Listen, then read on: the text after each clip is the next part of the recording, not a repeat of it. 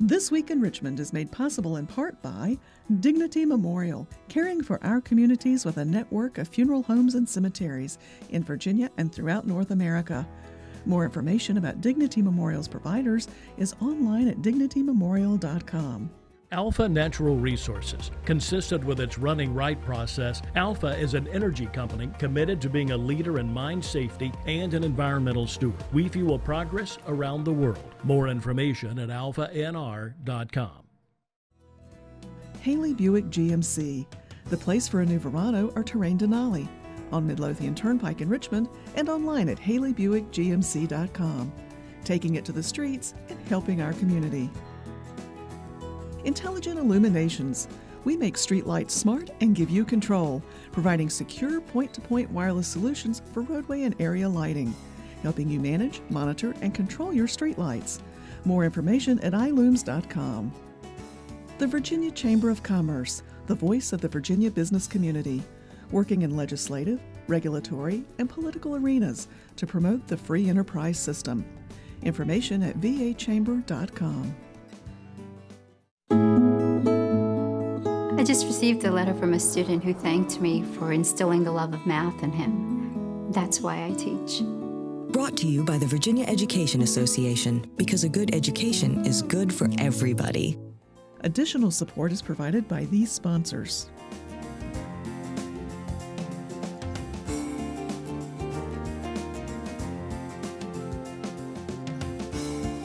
And by the members of Virginia's public television stations. Thank you.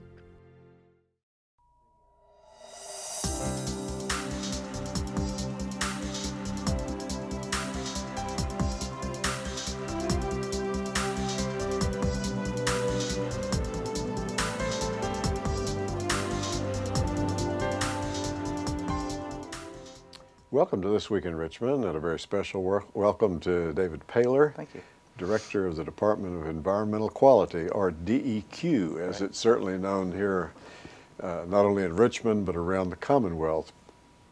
We're having this conversation in December, right after this time you've had a meeting. Folks now are seeing the program as it's in the beginning of 2015.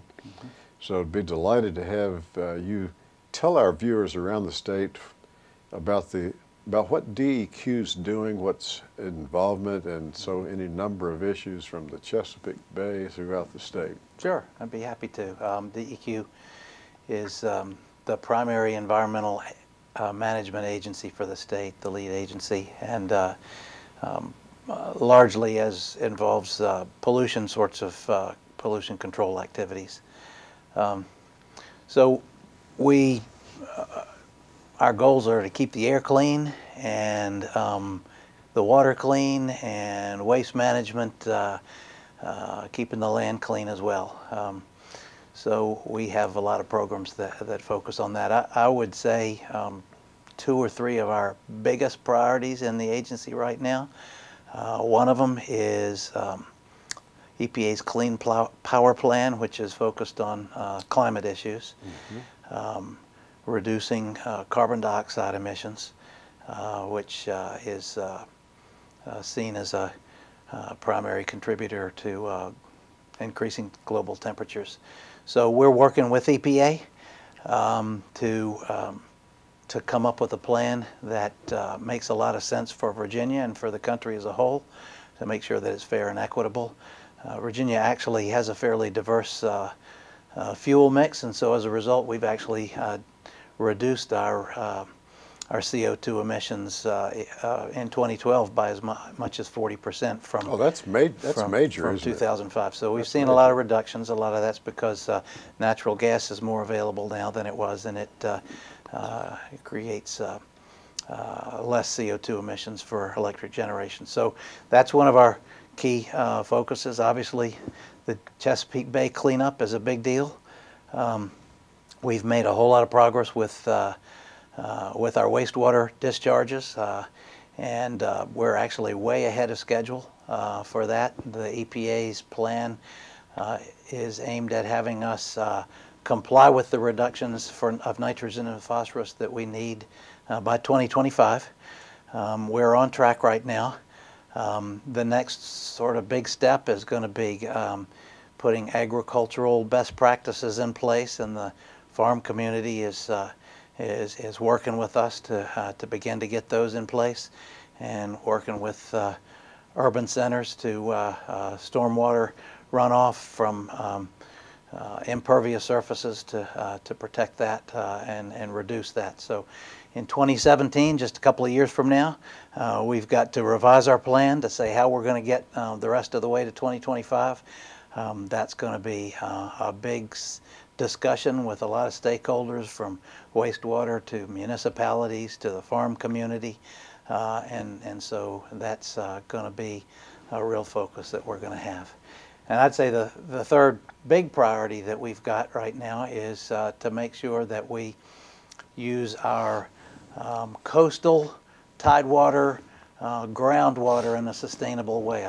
We depend heavily on groundwater in Tidewater, Virginia, Hampton Roads area, and right now we're seeing a little bit of an overuse of it, so we're going to have to recalibrate that to make sure that it's sustainable going forward, that we have the water that we need for future economic development and those kinds of things.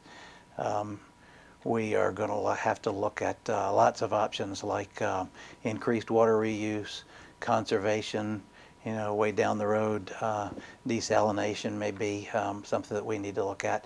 And so we're launching now some discussions with local governments and other water users to try to see if we can come up with a sort of a collaborative consensus kind of approach to that as best we can.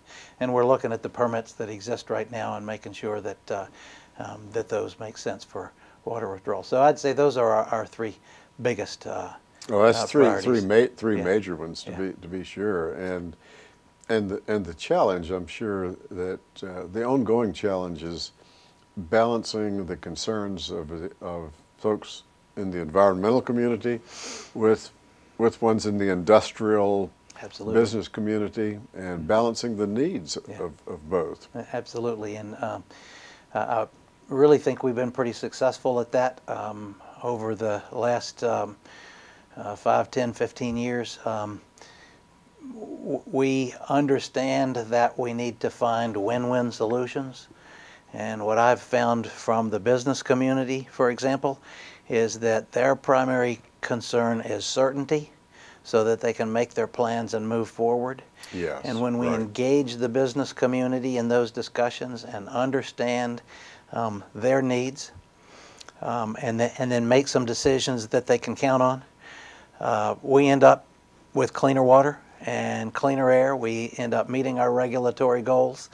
It really is a communication and a collaboration thing from all sides. It was one of the reasons that when we have new rules that are going forward, we call them stakeholders to the table, and we have a discussion about how do you meet the needs of the environmental community and the business community.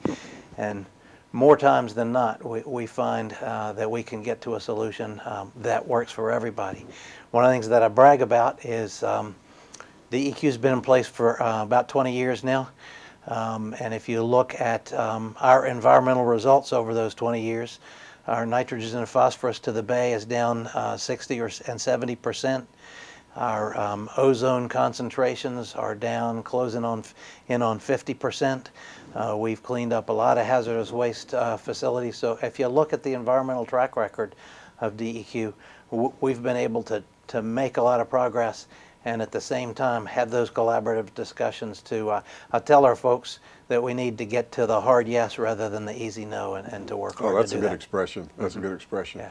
And you've had ample experience doing that, because while I should know the first year that you were there, but you've been there. Well, I started at the State Water Control Board as a summer employee in '73, and it's been my whole career since then. I was a biologist until about '87, and then when DEQ was formed in '93, I became a part of the larger organization there, and have had an opportunity to be doing this for longer than I started when I was 10. well, certainly a compliment to you, David, that showing your ability to work with all groups, because there are some people who serve under for the pleasure of one governor, and another governor comes in, and then they're out. And you have been there with several governors of different parties. My first appointment as DEQ director was Tim Kaine, and then the Governor McDonnell and Governor McAuliffe after that. It's been a real privilege, and I have to give credit to the staff at DEQ. Oh, yes. Because right. They also get it when it comes to collaboration and problem solving and meeting our goals, but also listening to people at the same time. And so I'm just so proud of DEQ as a whole. They make it a whole lot easier. It's not an easy job, but they're great at what they do. You know, I think one of the great things that's happened that people can see throughout the Commonwealth is how rivers have been cleaned up. Those of us of any particular age can look back and can see times when the small rivers and the mighty James, I mean, they were not rivers that you were sure you really wanted to eat fish from the river, and certainly you didn't want to be having recreation in the river because of its pollution. Back in '73, in the mid-'70s, one of my primary jobs was to investigate fish kills. We had more than 300 fish kills every year. A lot of it was because wastewater treatment wasn't what it needed to be, both domestic and industrial. We don't have that now. So that's just one measure of how our waters have improved. In the mid-'70s, we were just beginning to put secondary treatment into wastewater treatment plants. Now we've got tertiary. We're taking out selected toxic substances, and we've moved on to nutrient control and everything. So it's been a huge increase in water quality. And the Elizabeth River, when I was first there, I couldn't, we would trawl for fish in the Elizabeth River, and there weren't any. And people are fishing, kids are fishing for fun in the Elizabeth River now. So huge rebound, even in one of the most, at that time, degraded rivers in the state, and is rebounding. So it's pretty gratifying to see the progress that we've made. So again, as we would wrap up our time, appreciate your being on. Sure. As you look to 2015, the upcoming session of the General Assembly and all, are there issues that legislators will be wrestling with that relate to? Well, they may be wrestling with the groundwater issue that I talked about. I think coal ash, after the incident that we had that started in North Carolina, is going to be an issue. Land application of biosolids, I suspect, will get discussed, and there may be some discussion of hydrologic fracturing in coastal Virginia. So those are the issues that I've heard about that may get discussed.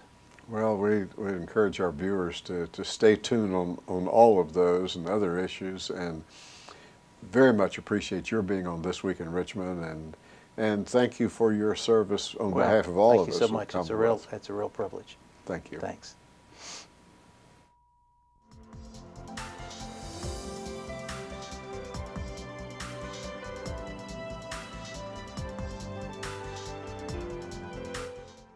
I'd like to welcome back to This Week at Richmond Dr. Steve Staples. Thank you so much. It's a pleasure. For being here with us. Superintendent of Public Instruction for the Commonwealth of Virginia, leading the Department of Education and all kinds of creative things that are happening, SOL revisions and everything else. So we appreciate your being on here at the end of December. As folks now are seeing this show, and it's early January, a short time before the session. Help them better understand about what's happening at the Department of Education. Well, as you would expect, there's a lot going on. Yes. And I think our focus continues to be on two high-profile projects. The first you referenced, and we're really looking at how we reform the SOL accountability system. The department and the State Board of Ed, the Innovations Committee, are all engaged in what we playfully like to call Accountability 2.0, taking a page from Microsoft's book. The intent being that we have an accountability system now with 15 years worth of experience. We want to build on that and then project what the next 10 years of accountability should look like. So that's certainly taking a lot of our time. And also there's a real focus on challenge schools, schools that are struggling to perform. We see a high correlation between children with lots of numbers of students coming out of poverty backgrounds and performance that doesn't meet the standard. And so I think the department is trying to do its part to help those schools in a way that gets them over the mark. And that's probably an ongoing challenge, and there was a short window of time that it looked like that the state might be setting up a special statewide board to manage some schools, but it's back to your department, back for you all to, I guess, to work with them now.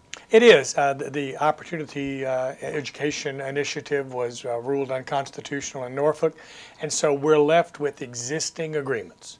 And we understand that, frankly, the State Board and the Department of Ed have an obligation, regardless of what happens to these other initiatives. We have an obligation to work with these schools to encourage, to motivate, to inform, sometimes to direct, to make sure that they're taking every action possible to make sure that those students are successful. So it is back in our laps, and we're really spending a lot of time trying to look at not only those things inside the school that impact student performance, but we're looking outside the school as well, things we call wraparound services, because we know a child that comes to school worried about security at home, worried about what's happening with mom or dad, having not eaten, not having proper places for homework, all of those things can impact the child, and all of a sudden even the best teaching and the best equipped classroom can overcome. So we're really looking at both inside and outside the school.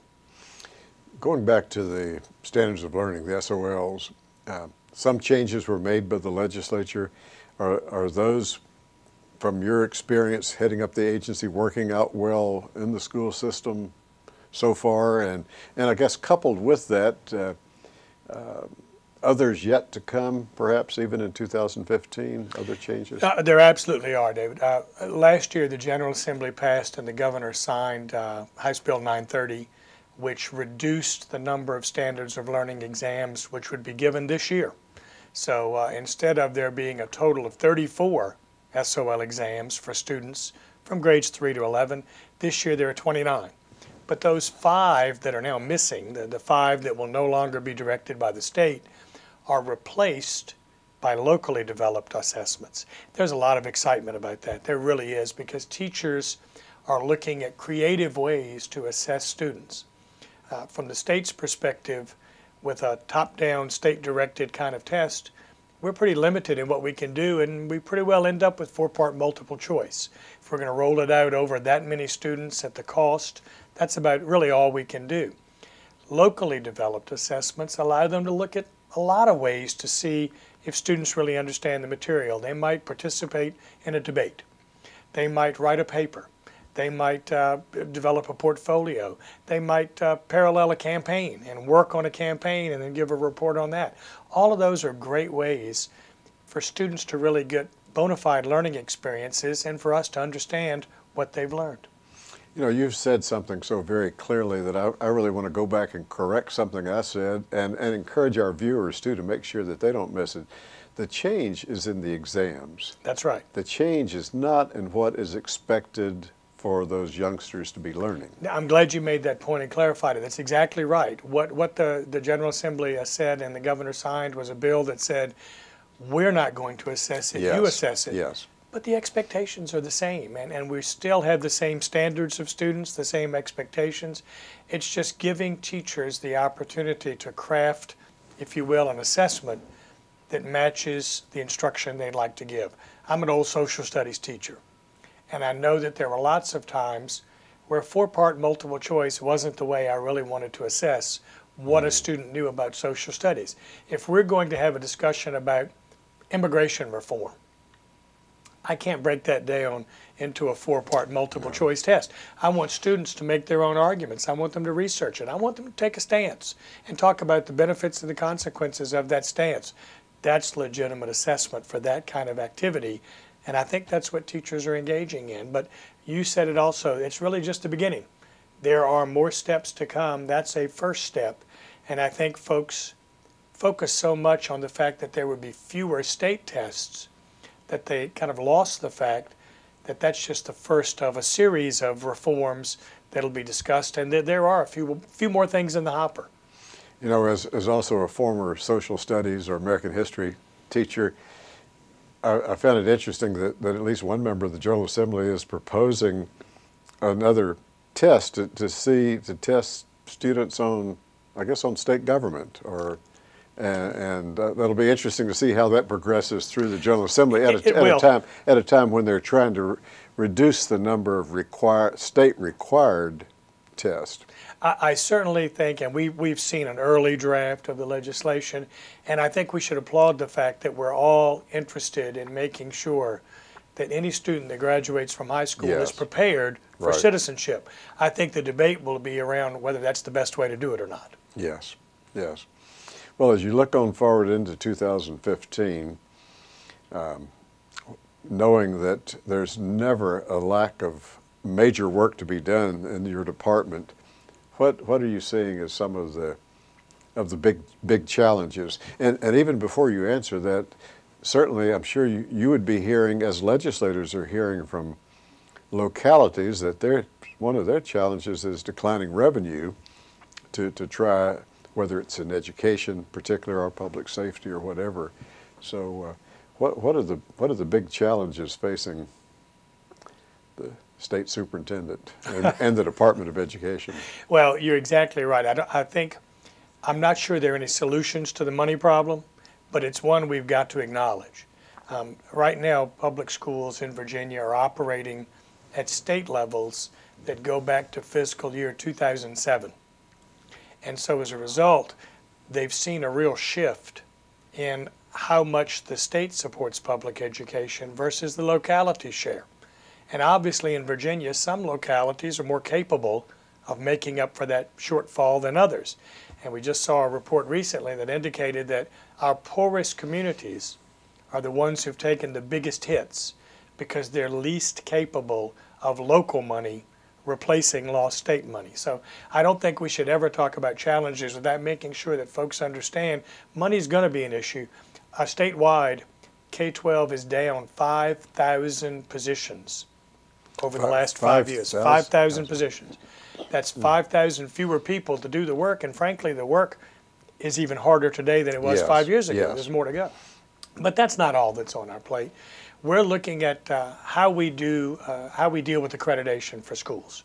Right now, it's an annual process. So each year, the department ramps up its resources, and we go through the exercise of determining what schools are accredited, what schools are just short, what schools are failing. And it's a ton of work, frankly, for the school divisions, for the Department of Ed, for lots of folks.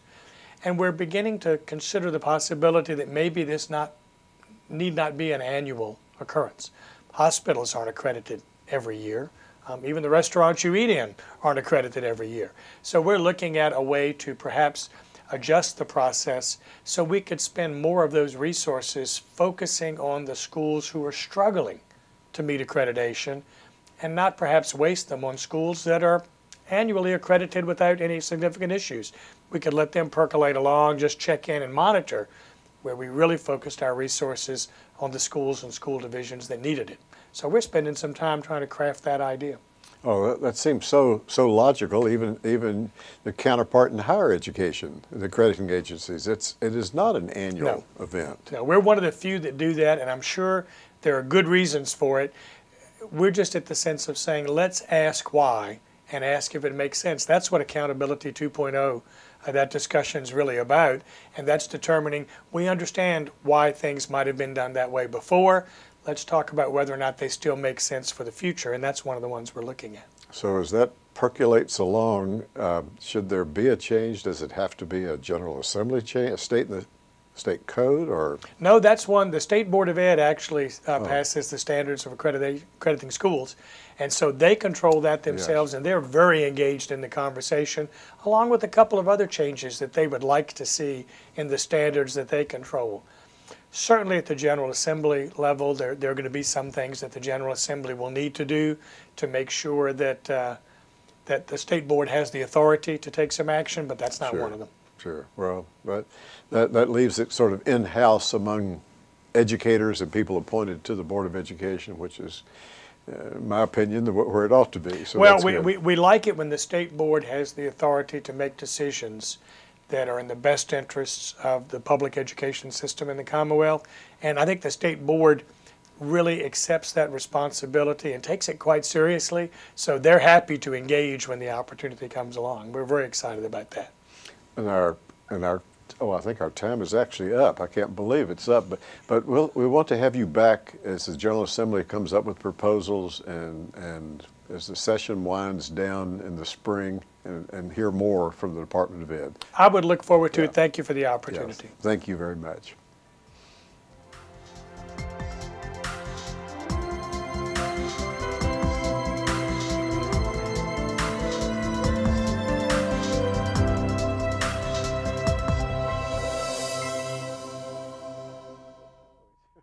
This Week in Richmond is made possible in part by Dignity Memorial, caring for our communities with a network of funeral homes and cemeteries in Virginia and throughout North America. More information about Dignity Memorial's providers is online at dignitymemorial.com. Alpha Natural Resources, a leader in mine safety and an environmental steward. Haley Buick GMC in Richmond and online at haleybuickgmc.com. Intelligent Illuminations, helping you manage, monitor, and control your street lights. The Virginia Chamber of Commerce, the voice of the Virginia business community.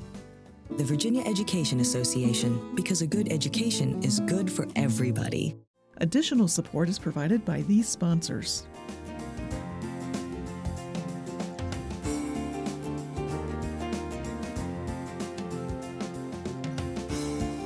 And by the members of Virginia's public television stations. Thank you.